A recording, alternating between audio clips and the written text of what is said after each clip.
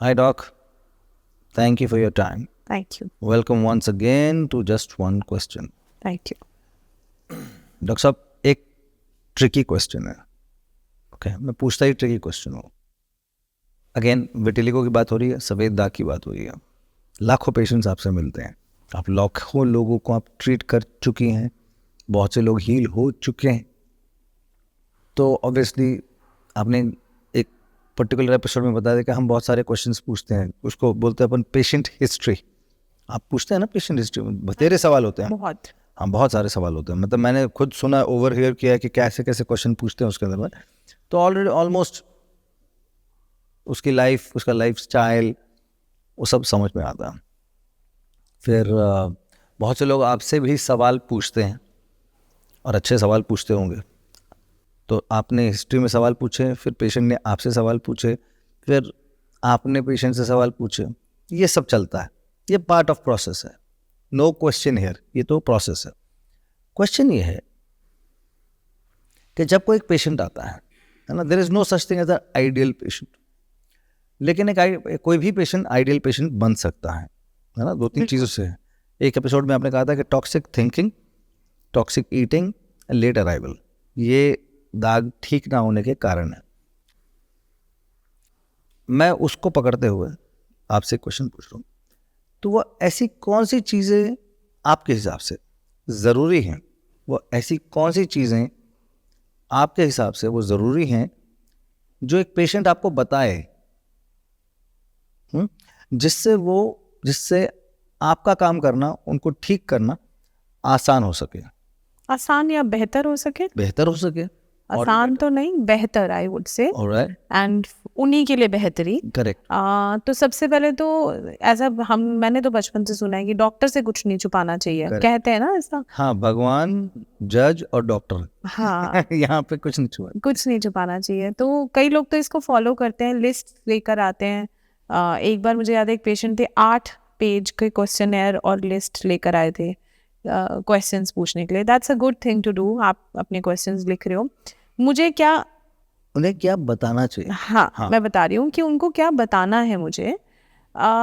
सबसे पहले तो अगर आप कहीं ऐसी जगह रहते हैं जहाँ आपकी डाइट पॉसिबल नहीं है, जो मैं डाइट देती हूँ, लाइक आप हॉस्टल में रहते हैं, मेस में रहते हैं, या घर में कोई खाना बनाने वाला नहीं है, आप अपना खाना कहाँ से मैनेज करते हो? अगर बाहर से खाना खाते हो तो मुझे बताओ, ताकि मैं आपको सजेस्ट कर सकूं कि आपको डाइट कैसे लेनी है.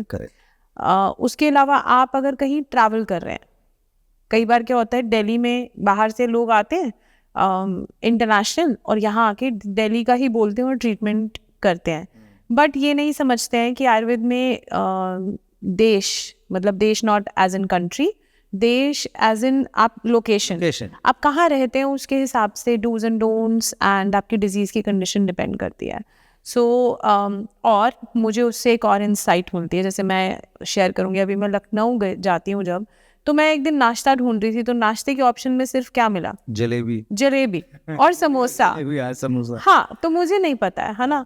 तो अगर आप मुझे बताओगे नहीं आप कहाँ से आ रहे हो, तो मैं आपसे वो इंस्ट्रक्शन भी नहीं दे पाऊंगी. कश्मीर जब तक मैं गई नहीं थी, मुझे पता नहीं था कि नमक वाली चाय पीते हैं. So if you don't share कि आप कहाँ से हो, may be you are a Kashmiri living in Delhi और may be living in some other city, मुझे पता ही ना हो कि आपका स्टेपल फूड क्या है. अब इतना तो मुझे एक्सपोजर हो चुका है कि if you coming from Haryana, मैं आपको बता सकती हूँ, अच्छा ये काम मत करना, दूध और रोटी साथ में मत लेना.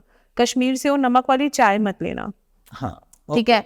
नागपुर से हो तो पोहे में नींबू मत डलवाना, टाइप्स. ठीक है.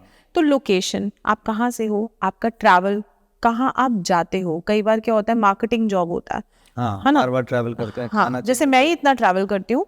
सो मेरे डॉक्टर को या मेरे को ट्रीट करना चाहता है, ही शुड नो कि आप कितना ट्रैवल करते हो, कौन सी लोकेशन पे ट्रैवल करते हो. फिर उसके बाद कि आप कोई मेडिकेशन तो नहीं ले रहे हो, वो तो फिर भी हमारी हिस्ट्री टेकिंग में हम ऊपर पूछ लेते हैं कि आप, बाकी डॉक्टर्स पूछ लेते हैं मेरी टीम के कि आप कोई दवा ले रहे हो लंबे समय से. कई बार लोग छुपा जाते हैं, कई बार लोगों को जानकारी नहीं होती है, और कई बार मेरी यूट्यूब वीडियो देखकर अपना एग्जिस्टिंग इलाज छोड़ देते हैं तुरंत. अच्छा. हाँ, और स्टीरॉइड्स. हाँ. तो अगर लोग छोड़ देते हैं, मत छोड़ो, पर्चा लेके मेरे पास आओ. जब आओगे मुझसे बताओ कि ये दवा ले रहे हैं और इस डोज में ले रहे हैं, मैं अपने हिसाब से गाइड करूँगी. उसके बाद कोई घरेलू उपाय कर रहे होते हैं, हमारी मम्मी करती थी, हमारे दादी करती थी, उन्होंने फलाने ने कहा था ये कर लो, वो खुद से नहीं बोलते हैं, वो जब तक मेरे को उसके इफेक्ट्स दिखने ना शुरू हो जाएं, तीसरी चौथी कंसल्टेशन तक बताते नहीं हैं. तो be honest and share what you are already doing. और कि आप एग्जिस्टिंग क्या कोई होम रेमेडी कुछ लगा रहे हो अपने दागों पे. मैं दवाई अगर लगाने की नहीं देती हूँ, मैं फिर भी दागों को देख के बता सकती हूँ कुछ लग रहा है. अब वो क्या लग रहा है वो तो पेशेंट ही जानता है, करेक्ट. बट बताएंगे नहीं तो मैं कैसे बताऊंगी अच्छा है या बुरा है. तो ये कुछ चीजें हैं जो एलर्जीज. यस, एलर्जीज भी हम लोग पूछ लेते हैं क्वेश्चंस में कि ऊपर कि क्या आपको एलर्जीज है.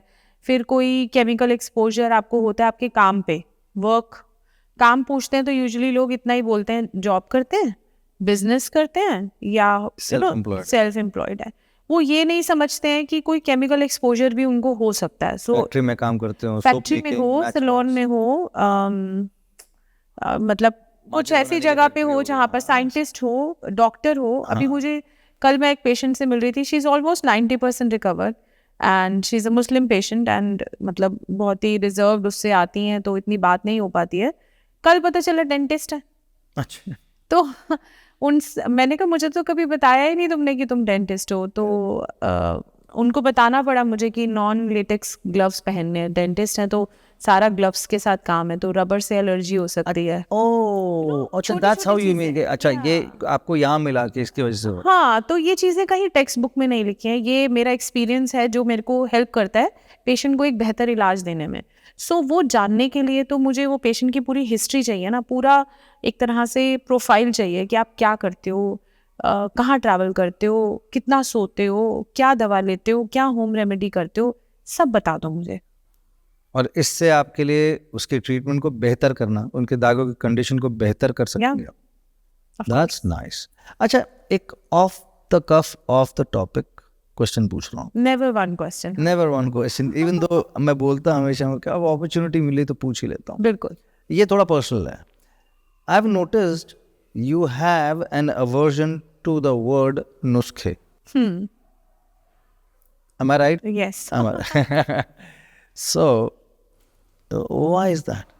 Because आयुर्वेद को ना नुस्खे ही समझ लेते हैं. जो नुस्खे आप लोग समझते हो, आपको भी इंक्लूड करूंगी जी. कि कई बार बोलते हैं ना, ये अभी मैं सुबह ही सुन रही थी, आप बोल रहे थे चाय में कुछ डलता है उससे कुछ हो जाता है, खांसी जुकाम हो तो बेटर हो जाता है, घी चाय में. तो ऐसे बहुत सी चीज़ें बहुत लोग कर रहे होते हैं एंड वो हमारे लिए तो आयुर्वेदिक इलाज या आयुर्वेदिक प्रिंसिपल्स है ना, दे आर नॉट नुस्खे. उसको नुस्खे बोल के मुझे लगता है कि उसकी जो अहमियत या उसकी जो रिस्पेक्ट है आयुर्वेद की वो कम हो जाती है. वो मुझे थोड़ा सा प्रॉब्लमेटिक लगता है. एंड हो सकता है कि वो नुस्खा या वो टिप आपके लिए काम कर गई, दूसरे बंदे के लिए काम नहीं करे, तो आप तो आयुर्वेद के फैन बन जाएंगे और वो दूसरा इंसान आयुर्वेद खराब है, आयुर्वेद की दवा गर्म होती है, आयुर्वेद से ये होता है, आयुर्वेद से वो होता है.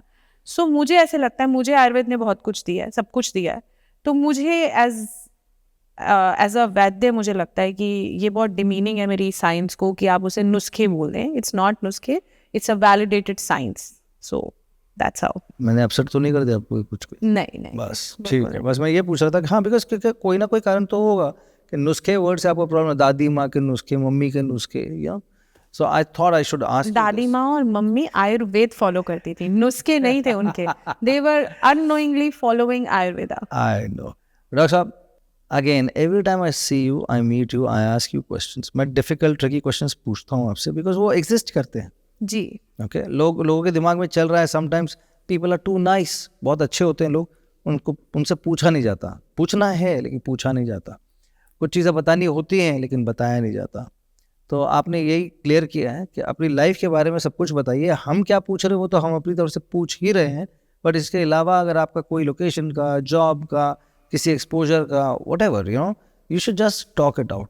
ये ज़्यादा ज़रूरी है. मैं तो यहाँ तक पूछती हूँ सर कि कहाँ जा रहे हो, हॉलीडे पे जा रहे हो, कौन सी जगह जा रहे हो. अब मतलब वेकेशन प्लान कर रहे हो तो भी आपसे शेयर करना चाहिए. बिल्कुल. कौन सी जगह, कहाँ जा रहे हो एग्जैक्टली. ये नहीं कि हिमाचल जा रहे हैं, नहीं, हिमाचल में कहाँ जा रहे हो, क्या करने जा रहे हो. So if I am a patient और मैं ये शेयर करना चाहता हूँ आपसे, how can I get in touch with you? 8010103434. अच्छा, उसी पे कॉल करना है. हाँ. या फिर आपका जो व्हाट्सएप नंबर होता है उस पर? मेरा जो व्हाट्सएप नंबर है, जो पेशेंट्स मेरे एग्जिस्टिंग पेशेंट्स के पास है। अच्छा, तो मैं पेशेंट हूँ तो मेरे पास वो नंबर होगा ही, होता ही है, या and you are available? I reply within 24 hours. Wonderful doctor साहब, this I did not know, I just learn that.